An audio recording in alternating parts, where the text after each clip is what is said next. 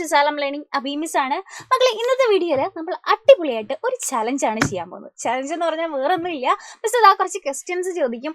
ഈ ക്വസ്റ്റ്യൻസിന് എത്ര എണ്ണം നിങ്ങൾക്ക് കറക്റ്റ് ആയിട്ട് ആൻസർ ചെയ്യാൻ പറ്റി എന്നുള്ളത് താഴെ നിങ്ങൾ കമന്റ് ബോക്സിൽ കമന്റ് ചെയ്യാം കേട്ടോ. അപ്പോൾ അങ്ങനെയാണെന്നുണ്ടെങ്കിൽ നമുക്ക് ഇതാ സ്റ്റാർട്ട് ചെയ്താലോ. സിമ്പിൾ ആയിട്ടുള്ള കുറച്ച് വേർഡ്സ് ആണ്, അല്ലെങ്കിൽ എന്താണ് ജസ്റ്റ് കറക്റ്റ് ആൻസർ ആണ്. മിസ് തരുന്ന ഓരോ വേർഡിൽ ഈ ഓപ്ഷനാണ് കറക്റ്റ് ആയിട്ടുള്ളത് എന്ന് നിങ്ങൾ കമന്റ് ചെയ്യുക.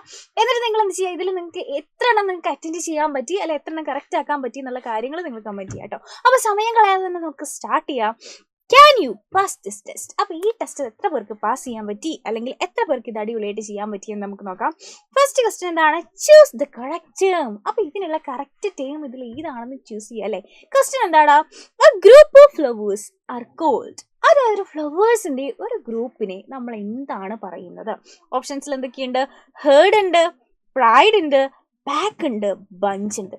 അപ്പൊ നമ്മളൊരു കൂട്ടം ഫ്ലവേഴ്സിനെ എ പാക്ക് ഓഫ് ഫ്ലവേഴ്സ് എന്ന് പറയൂ? ഇല്ല അല്ലേ. നമ്മൾ എന്താ പറയുക? യെസ്, ഏതാണ് ഓപ്ഷൻ എന്നുള്ളത് നിങ്ങൾ എന്ത് ചെയ്യുക, നിങ്ങൾ മനസ്സിൽ ആലോചിക്കുക. എന്നിട്ട് ഈ മിസ് ആൻസർ പറയുമ്പോൾ അത് തന്നെയായിരുന്നു നിങ്ങളുടെ മനസ്സിൽ എന്നുള്ളത് നിങ്ങൾ തനിയെ കറക്റ്റായിട്ട് മാർക്ക് ചെയ്യുക കേട്ടോ. അപ്പൊ നമ്മൾ ഫ്ലവേഴ്സിനെ എങ്ങനെയാ പറയുക? എ ബഞ്ച് ഓഫ് ഫ്ലവേഴ്സ് എന്നാണ് പറയുക. ഒരു കൂട്ടം ഫ്ലവേഴ്സിനെ എന്താ പറയുക? ഏത് ടൈമാണ് യൂസ് ചെയ്യുക? എ ബഞ്ച് ഓഫ് ഫ്ലവേഴ്സ് എന്നാണ് നമ്മൾ യൂസ് ചെയ്യുക. അങ്ങനെയാണെന്നുണ്ടെങ്കിൽ നമുക്ക് നെക്സ്റ്റ് ക്വസ്റ്റ്യൻ നോക്കാം. Just a correct term. The study of insects is called. ഇൻസെക്റ്റിനെ പറ്റിയിട്ടുള്ള സ്റ്റഡി അല്ലെ, ഇൻസെക്ട്സിനെ പറ്റിയിട്ടുള്ള സ്റ്റഡിക്ക് നമ്മൾ എന്താണ് പറയുന്നത്? ബയോളജി എന്നാണോ, എത്തിമോളജി എന്നാണോ, ഓർണിത്തോളജി എന്നാണോ, എൻറ്റമോളജി എന്നാണോ? എന്താണ് നമ്മൾ പറയുന്നത്? യെസ്, ഓപ്ഷൻ ഡി, എൻറ്റമോളജി ആണ് കറക്റ്റ് ആയിട്ടുള്ള ആൻസർ.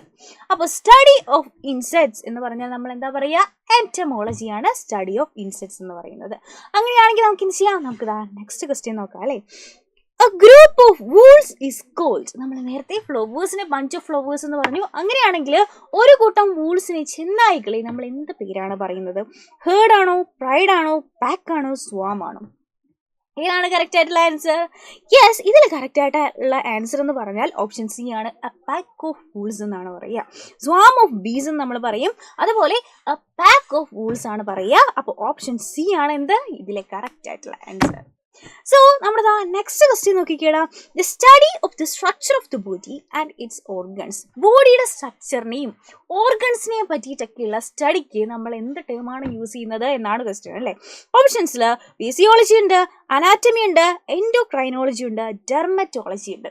അപ്പോൾ നമ്മുടെ ഓർഗൻസിനെയും അല്ലെങ്കിൽ നമ്മുടെ ആന്തരിക ശരീരത്തിനെ പറ്റിയിട്ട് ബോഡിയുടെ സ്ട്രക്ചറിനെയും ഓർഗൻസിനെ പറ്റിയിട്ടുള്ള സ്റ്റഡിക്ക് നമ്മൾ എന്താ പറയുന്നത്? യെസ്, നമുക്കറിയാം, അനാറ്റമി. എന്താണ് പറയുന്നത്? അനാറ്റമി എന്നാണ് നമ്മൾ പറയുന്നത്. ഓക്കെ, സോ നമ്മുടെ നെക്സ്റ്റ് ക്വസ്റ്റ്യൻ എന്താണെന്ന് നോക്കാം. അടുത്ത ക്വസ്റ്റ്യൻ നോക്കിക്കേ. What does diligent mean? Diligent എന്നൊരു വാക്കിന് എന്താണ് അർത്ഥം എന്നാണ് അല്ലേ. ഓപ്ഷൻസിൽ കെയർലെസ് ഉണ്ട്, നെഗ്ലിജന്റ് ഉണ്ട്, ഹാർഡ് വർക്കിംഗ് ഉണ്ട്, ലേസി ഉണ്ട്. ഡിലിജന്റ് എന്ന് പറഞ്ഞ വാക്കിന് അർത്ഥം എന്താ മക്കളെ? ഡിലിജന്റ് എന്ന് പറഞ്ഞാൽ ഭയങ്കര ആക്റ്റീവ് ആയിട്ടുള്ള, ഭയങ്കര ഹാപ്പി ആയിട്ട്, ഹാർഡ് വർക്കിംഗ് ആയിട്ടുള്ളവരെയാണ് നമ്മൾ ഡിലിജന്റ് എന്ന് പറയുന്നത് അല്ലേ. അപ്പോൾ ഇതാണ് കറക്റ്റ് ഓപ്റ്റ് ആയിട്ടുള്ള answer. Option C, hard working ആയിട്ടുള്ളവരെയാണ് നമ്മൾ ഡിലിജന്റ് എന്ന് പറയുന്നത്. അപ്പോൾ നമ്മൾ അതും കഴിഞ്ഞു. നെക്സ്റ്റ് ക്വസ്റ്റ്യൻ എന്താണ്? A government ruled by a king or queen is called. ഒരു രാജ്യം രാജാവോ രാജ്ഞിയോ ഭരിക്കുന്ന ഒരു രാജ്യത്തിന് എന്ത് പേരാണ് പറയുന്നത്? Monarchy, anarchy, democracy, aristocracy. എന്താണ് പറയുന്നത്? യെസ്, രാജാവും അല്ലെ രാജഭരണം അല്ലെങ്കിൽ ആ റാണിമാർ ഭരിക്കുന്നതിനെ നമ്മൾ മൊണാർക്കി എന്നാണ് പറയുക അല്ലേ. അപ്പോൾ ഓപ്ഷൻ എ ആണ് ഇതിൽ കറക്റ്റ് ആയിട്ടുള്ള ആൻസർ. നെക്സ്റ്റ് ക്വസ്റ്റ്യൻ എന്താണ്? To explain something or make something clear. നമ്മൾ എന്തെങ്കിലും ഒരു കാര്യം എക്സ്പ്ലെയിൻ ചെയ്യുന്നു, അല്ലെങ്കിൽ നമ്മൾ അതിനെ വിവരിച്ച് പറയുന്നു, അതിന് എന്ത് ടേമാണ് നമ്മൾ യൂസ് ചെയ്യുന്നത്? കൺഫ്യൂസ് ആണോ, ബാബിൾ ആണോ, എലിസിഡേറ്റ് ആണോ, മിസ്റ്റിഫൈ ആണോ? ഓപ്ഷൻ എ ആണോ, ബി ആണോ, സി ആണോ, ഡി ആണോ?